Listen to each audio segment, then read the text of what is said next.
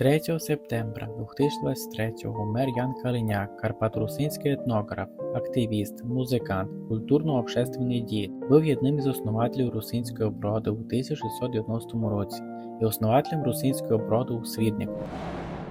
Праздник 130 років будування церкви Покрови Пресвятої Богородиці у селі Петровці, Хорватія, де були і самі молоді руснаки із дружества Руснак у національній ноші.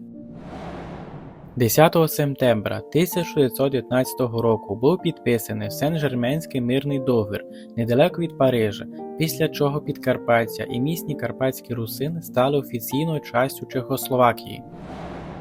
14 сентября 2023 умер Іван Поп, карпаторусинський історик, культуролог, політолог, карпаторусиніст і богеміст.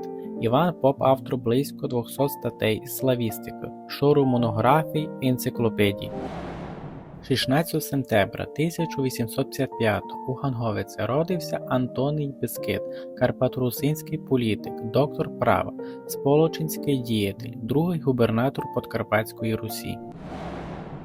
Руснаки Словакії будуть мати на одного заступника карпатських русинів маймного. Тепер будуть мати 3 члени меншинового вибору замість 2. На 16-му сеймі Здруження молодої русини було вибрано нового председу та й членів виконного вибору.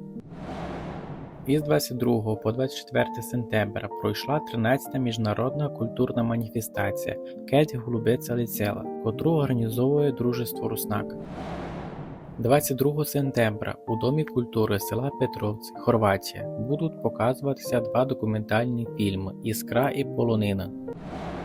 21 сентября 2023 умер Людвік Філіп, карпаторусинський історик, релієзнатель, общественно-політичний і культурний діятель, председа Ужгородського культурно-освітнього общества імені Олександра Духновича. Був автором вище 500 публікацій із історії Ужгорода і Підкарпаття.